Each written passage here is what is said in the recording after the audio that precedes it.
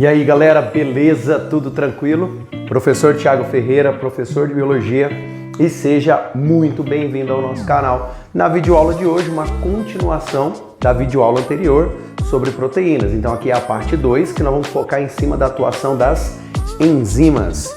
Então pega seu material de anotação e uma boa aula!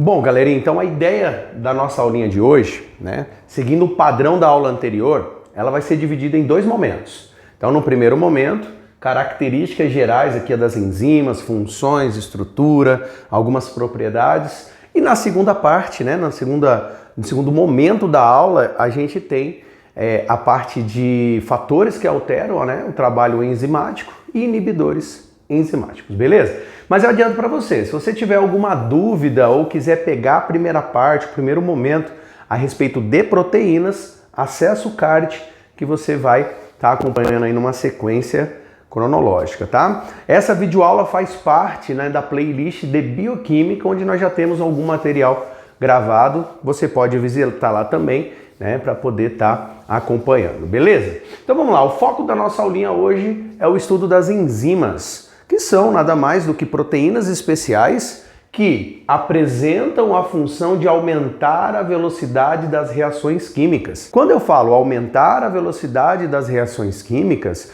eu estou falando que elas estão atuando com a função de catalisadores biológicos. Nós temos dois sentidos quando falamos em catalisador biológico.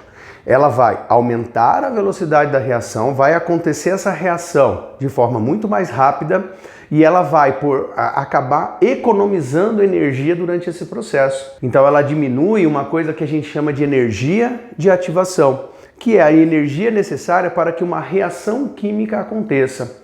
Então ela diminui a energia de ativação, com isso acaba fazendo com que a reação ocorra de forma mais rápida, beleza? E para isso, galera, nós temos aqui algumas características que são extremamente importantes quando analisamos a natureza das enzimas. Primeira delas, existe uma alta especificidade. Entre quem? A alta especificidade aqui, pessoal, é entre o substrato e a enzima propriamente dita. Cada enzima, ela é específica a um determinado substrato. E esse substrato é quem vai estar participando da reação química. A gente chama isso daí de modelo chave-fechadura. Devido à alta especificidade, a gente cria um comparativo entre a chave e um cadeado, por exemplo, a chave e uma fechadura de uma porta. A gente tem ali uma chave para aquela porta. Eu já coloquei aqui o esqueminha e é bastante interessante frisar sobre ele. Eu coloquei aqui, o substrato, a sacarose, que é um carboidrato, um disacarídeo. Beleza. E a enzima, a sacarase. Quase todas as enzimas, elas terminam com ase no final. Isso é um indicativo para dizer que nós estamos falando da enzima. Existem algumas exceções. Por exemplo, pepsina, tripsina, tem pitialina. Então nós temos algumas exceções. Mas enfim, para que a enzima possa trabalhar, ela precisa ter um ajuste tridimensional.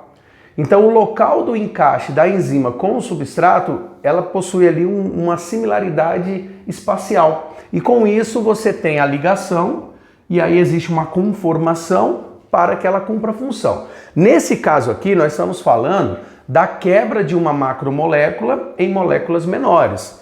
Então o objetivo da reação é pegar a sacarose e separar a glicose e a frutose que fazem parte de sua constituição. Para isso eu tenho uma enzima que vai acelerar esse processo. Então o encaixe aqui do substrato, ele é perfeito com o da enzima. No momento em que está encaixado, a gente chama esse momento de complexo enzima-substrato. Seria ali o momento ápice do processo de reação que está ligado à energia de ativação. Depois a enzima se separa, os substratos então estão livres, tá? Então de cara a gente já bate a primeira função, alta especificidade. Mas se você for analisar, esse esquema que eu coloquei vai bater praticamente todos. Porque, olha só, uma outra propriedade relacionada às enzimas é o fato delas não serem consumidas e não sofrerem alterações ao longo do processo. Então, se a sacarase precisa cumprir essa finalidade, Quando ela terminar o processo, ela vai estar íntegra lá para que ela possa fazer o processo em uma outra, né, em um outro momento. Outra coisa, ele fala, né, ó, não sofre alteração. O encaixe, esse momento de entrada e saída, não vai alterar o sítio ativo, que a gente chama essa região aqui, ó, de encaixe do substrato de sítio ativo. Então, por isso que cada enzima tem o seu substrato, ou cada substrato tem a sua enzima. Terceira propriedade, podem ser reversíveis. Então, a grande maioria das enzimas, elas vão cumprir o papel igual esse que eu coloquei aqui, ou elas poderiam fazer o caminho inverso, servir para unir a glicose com a frutose para que no final eu tivesse a sacarose. A grande maioria delas vai fazer esse caminho vai e vem. E por último eu coloquei aqui, ó, e diminuem a energia de ativação, que é o tema que nós falamos bem no comecinho, né? Agora, para entender o que é energia de ativação, é interessante que você saiba interpretar esse gráfico aqui que vez ou outra aparece em vestibulares e tem uma forte chance de aparecer também no Enem, tá? Esse gráfico ele é específico para energia em função do tempo, certo? E de uma certa forma, a grande maioria dos lugares vão colocar tempo, mas é o transcurso de uma reação química, tá, pessoal? Então, o objetivo aqui é, né, diminuir ou mostrar como que ocorre a diminuição, né, do gasto energético em relação a uma determinada reação química. Então, o tempo aqui é o transcorrer de uma reação química. Então, eu fiz de modo contínuo, né, um gráfico aqui, ó, e uma forma tracejada. A forma tracejada representa, né, a reação acontecendo sem que eu tivesse a atuação da enzima. Então, eu coloquei aqui, ó, sem enzima.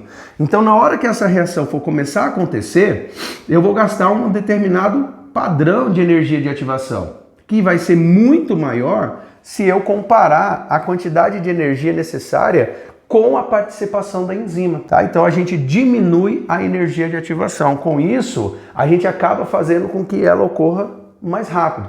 Então, toda vez que eu diminuo a energia de ativação devido à atuação de uma enzima, eu tenho a capacidade de aumentar a velocidade de ocorrência dessa reação, tá? Então esse gráfico aqui é extremamente importante, beleza?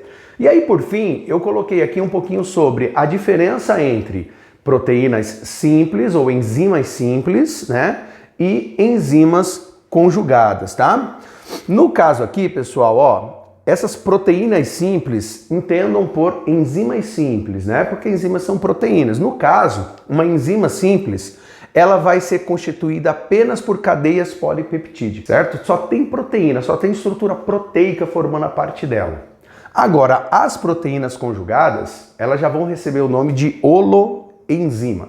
Então, eu estou tratando aqui de uma enzima que, para ela se tornar ativada, ela precisa de uma outra substância que se ligue a ela.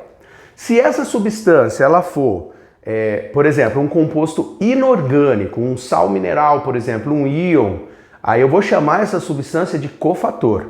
Se essa substância for de natureza orgânica, um outro composto orgânico, por exemplo, uma vitamina, aí eu já vou chamar ela de coenzima. E a estrutura, a parte da holoenzima que está referente, né, que faz referência à parte enzimática, eu vou chamar ela de apoenzima. Só que a apoenzima, ela está na forma inativa, tá? Então significa dizer que para ela poder cumprir a função dela, ela precisa se ligar ou ao cofator ou à coenzima para poder se transformar em holoenzima e aí sim ela se tornar ativa e conseguir, por exemplo, cumprir a função, certo? Então se, por exemplo, a apoenzima se ligar a um determinado substrato, ou ela tiver que agilizar o processo daquele substrato e não tiver ligada ao seu cofator ou à sua coenzima, ela não vai conseguir desencadear a função dela. Então, proteína conjugada é uma holoenzima porque ela precisa estar ligada a uma outra substância para estar completando a forma dela, beleza? Eu vou dar uma ajeitada aqui no quadro para a gente ir para nosso momento final e encerrar nossa aulinha, beleza? Então, ó, segura aí. Bom, galera, dando continuidade aqui ao nosso conteúdo, né? Segundo momento da nossa aula, vamos focar em cima de fatores que alteram a ação enzimática e, né, a inibição enzimática, beleza? Então, olha só, basicamente nós temos três características, né? Três fatores que afetam essa ação. Nós temos a concentração do substrato, o pH e a temperatura. Na verdade, são fatores que estão associados mais a aparecerem nos vestibulares. No Enem, são os mais citados. Lá na aula de proteínas eu comentei, né, sobre várias outras tipos de substâncias que também podem, concentrações e tudo mais, que pode afetar um pouco a funcionalidade, né, de uma enzima, né, da ação da enzima, afetando ali a capacidade dela de exercer a sua função. Tá? Basicamente, a concentração do substrato, ela vai influenciar de acordo com o quanto de substrato eu tenho. Então, basicamente, pessoal, a gente tem uma função direta aqui. Quanto mais substrato eu tiver, melhor para a ocorrência, né, para o trabalho da enzima. Então, um gráfico onde eu tenho a concentração do substrato, ele vai ter o aumento da velocidade de forma muito rápida e depois ele vai atingir o que a gente chama de ponto de saturação. O ponto de saturação é quando eu mantenho essa minha curva constante. Por quê? Porque praticamente eu já estou com todos os meus sítios ativos ligados, né, com os substratos. Então eu só alteraria de novo essa concentração aqui se eu tivesse mais enzima, por exemplo. Então ela não vai crescer de forma infinita. Tranquilo? Na parte anterior, eu coloquei como exemplo a sacarose. Então, se eu for te adicionando sacarose, sacarose, sacarose, eu estou aumentando a concentração do substrato, a velocidade está indo, beleza, eu estou fazendo com que todas as minhas enzimas funcionem. Atingir todos os sítios ativos, parou, vai ter uma estabilidade ali, ela vai acontecer naquele ritmo. Tranquilos? pH, né? Potencial hidrogênio iônico. Muitas vezes esse termo cai e a pessoa acaba não sabendo, o aluno não sabe, né, que é o pH. A gente sabe que o pH ele tem uma faixa, né, de 0 a 14, de 1 a 14. Até o 7, desculpa, ele vai representar um pH ácido. O 7 é neutro e do 7 ao 14 é um pH básico, tá? Então, basicamente, pessoal, eu vou ter cada enzima atuando ou tendo a capacidade de atuar em um valor de pH ótimo, um valor de pH que atenda às expectativas. Agora, quando eu tenho uma enzima, por exemplo, igual a pepsina, que ela precisa de um pH ácido para ela poder atingir o seu ótimo de atuação, pH igual a 2, nós vamos ter uma enzima tendo um comportamento ácido. Se eu tenho uma enzima trabalhando, por exemplo, na região do duodeno, em que o pH vai variar de 8 a 9, um pH básico. Então eu tenho uma enzima de teor básico. Isso daí é o caráter anfótero da enzima, a capacidade de se ajustar de acordo com o pH na qual ela vai estar ali inserida. E aí eu coloquei como exemplo a pitialina, que ela trabalha em torno ali de 6,7 a 7 com um pH ótimo, que a pitialina, que é a mesma coisa que a amilase salivar, quebra o amido em maltose na região da boca, tá? E por último, nós temos a temperatura. Aí na temperatura, cada enzima também terá uma temperatura ótima para poder trabalhar. Então aqui eu coloquei como exemplo a temperatura nossa, 36,5. Aí eu coloquei aqui, ó, a curva máxima dela vai ser onde eu vou ter a máxima taxa de reação acontecendo, favorecimento das reações químicas. Tá? Então, basicamente, o que você precisa saber em relação à temperatura? Quando você começa a aumentar a temperatura, você começa a tirar o ideal daquela enzima.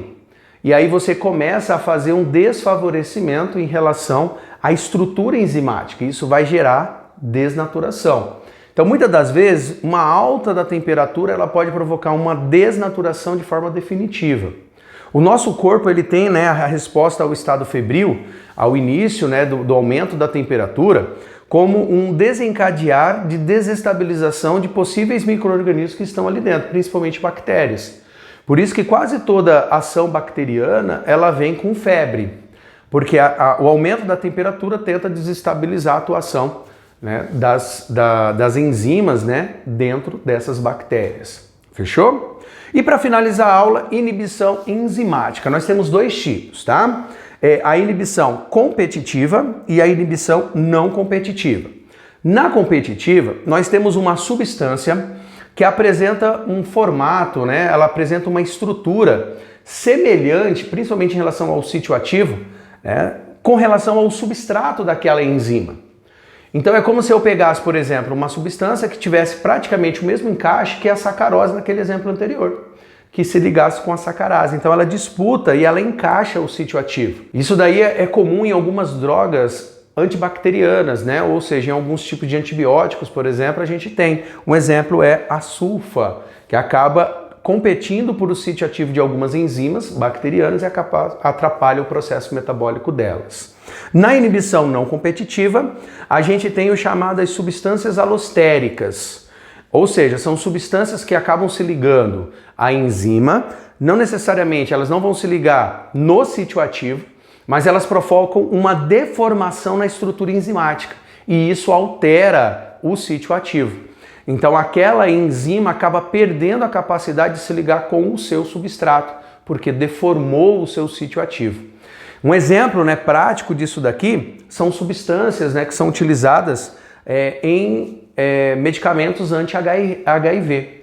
Acaba desestabilizando, né, e alterando o sítio de ligação entre as substâncias, tá? De um modo geral, você tem que pensar que a atuação de uma enzima, normalmente ela é regulada por um feedback, por um processo de retroalimentação, no geral.